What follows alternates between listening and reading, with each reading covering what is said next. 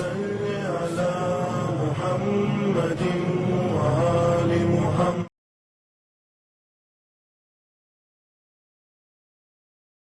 اعوذ باللہ من الشیطان الرجیم. بسم اللہ الرحمن الرحیم. الحمد للہ رب العالمین. الصلاۃ والسلام علی اشرف الانبیاء والمرسلین سیدنا و نبینا و شفیعنا مولانا ابو القاسم محمد. اللہم صل علی محمد و آل محمد وعجل فرجہم. معزز سامعین، السلام علیکم ورحمۃ اللہ وبرکاتہ. جیسا کہ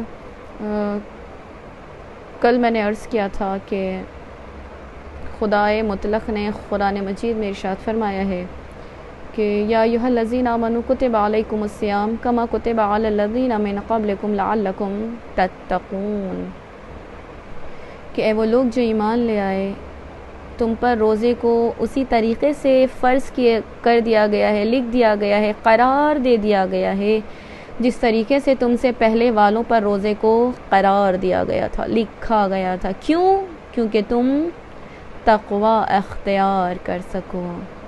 یعنی روزے کا ریزن کیا ہے؟ ہر چیز کا ایک سبب ہوتا ہے. انسان کھانا کب کھاتا ہے؟ جب اسے بھوک لگتی ہے. پانی کب پیتا ہے؟ جب اسے پیاس کی شدت محسوس ہوتی ہے. بالکل اسی طریقے سے جب روح بیمار اور گناہوں کی غلاظت میں گرفتار ہو جائے، جب نفس پر انسان کنٹرول نہ کر سکے، جب نفس انسان پر حاوی ہو جائے، تو خدا عز و جل نے کیا حکم قرار دیا ہے کہ تم اس لمحات میں ماہ رمضان المبارک کے مہینے میں روزے رکھو. کیونکہ یہ روزہ تمہارے نفس کو کنٹرول کر سکے گا. یعنی یہ 12 سے 14 گھنٹے کی جو بھوک اور پیاس جو تم محسوس کرو گے، ان لمحات میں تم تزکیہ نفس کر سکو گے. یعنی تم اپنے نفس کا تزکیہ کر سکو گے.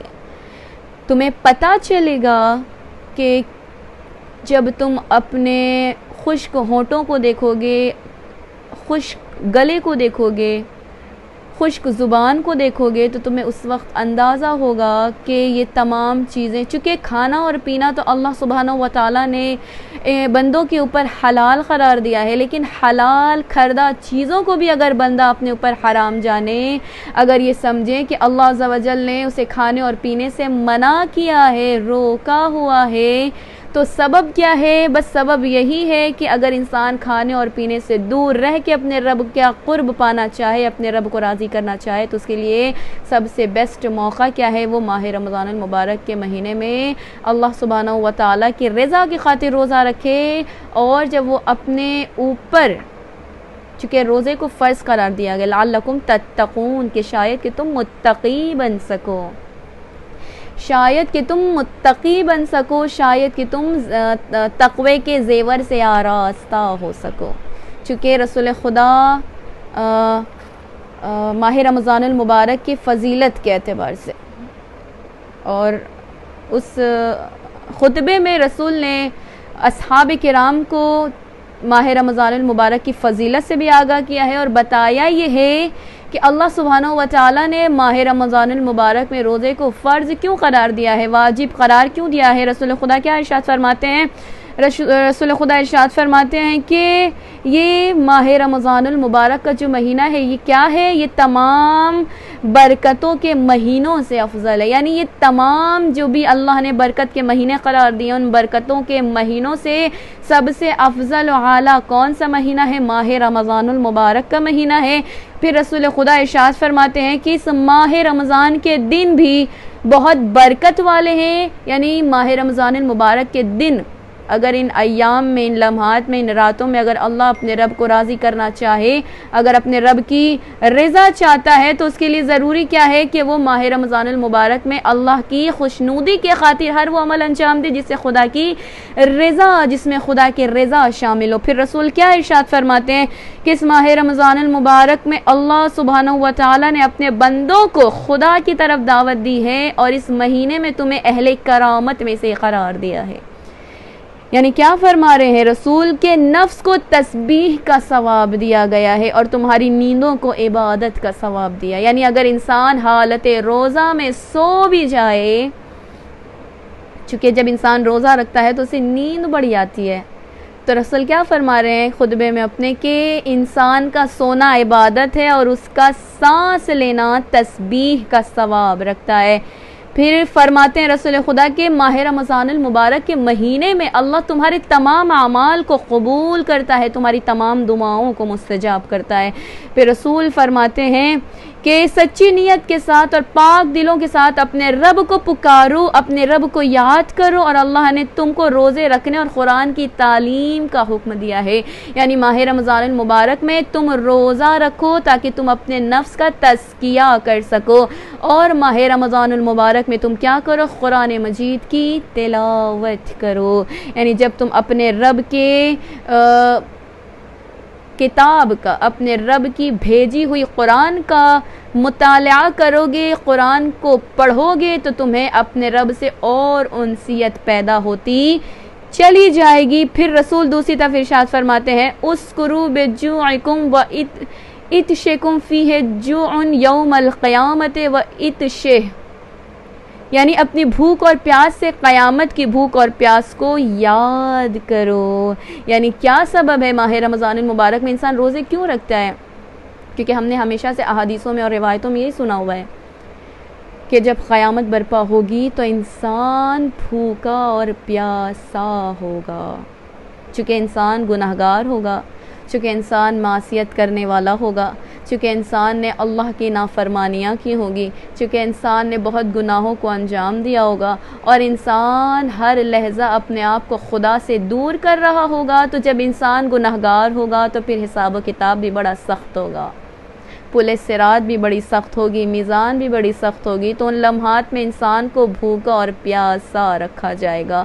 جب انسان قیامت کی بھوک اور پیاس کو یاد کرے گا تو پھر اسے احساس ہوگا کہ نہیں، مجھے اپنے رب کو راضی کرنا ہے، اور جب انسان کو احساس ہوگا کہ قیامت کے دن بھی اسے اسی طریقے سے بھوکا اور پیاسا رکھا جائے گا، تو پھر اسے وہ اعمال انجام دینے کی چاہت پیدا ہو جائے گی کہ جس عمل کے بعد اس کا خدا اس سے راضی ہو جائے گا۔ پھر انسان ہر درجہ یہ کوشش کرے گا کہ میرا خدا مجھ سے راضی ہو جائے۔ پھر کیا فرماتے رسول خدا اپنے خطبے میں کہ حالت روزہ میں جب ماہ رمضان المبارک کے ایام میں تم داخل ہو جاؤ تو تم کیا کرو؟ وَاحْفَظُوا أَلْسِنَتَكُمْ وَاحْفَظُوا أَلْسِنَتَكُمْ، یعنی تم اپنی زبان کی حفاظت کرو۔ یعنی انسان جب حالت روزہ سے ہو تو پھر اسے ہر چیز سوچ سمجھ کے اپنی زبان سے نکالنی ہے، کہیں ایسا نہ ہونے پائے کہ ہماری زبان سے ایسے بہت سی باتیں ہم اپنی زبان سے کہہ گزر جائیں کہ جس کے بعد ہمارا روزہ نہ کہلائے۔ انسان حالت روزہ میں بہت سوچ سمجھ کے باتیں کیا کرے، اور اگر کچھ بولے بھی تو بس وہی کچھ بولے کہ جس کو بولنے کے بعد اس کا خدا اس سے راضی ہو جائے۔ ایسا نہ ہونے پائے کہ انسان بہت کچھ بول کے گزر جائے لیکن اس کا روزہ پھر روزہ نہ کہلائے۔ پھر رسول اپنے خطبے میں ارشاد فرماتے ہیں کہ وَأَمَّا لَا يَحِلَّ الْإِسْتِمَاعُ إِلَيْكَ أَسْمَاءَكُمْ، اپنے کان بری باتیں سننے سے بند رکھو۔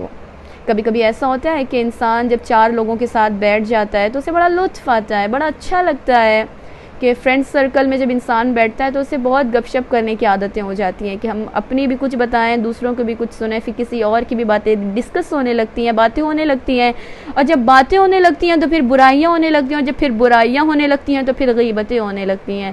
تو انسان کو رسول کیا فرماتے ہیں کہ ماہ رمضان المبارک کے مہینے میں حد درجہ کوشش یہ کرو کہ اپنے کان کو بری باتیں سننے سے محفوظ رکھو، کیونکہ جب تم اپنے کانوں کو بری باتیں سننے سے محفوظ نہ رکھو گے تو پھر تمہارا روزہ حقیقی معنوں میں روزہ نہیں کہلائے گا۔ پھر رسول کیا ارشاد فرماتے ہیں کہ تم یتیموں پر مہربانی کرو تاکہ تمہارے یتیموں پر بھی لوگ مہربانی کریں۔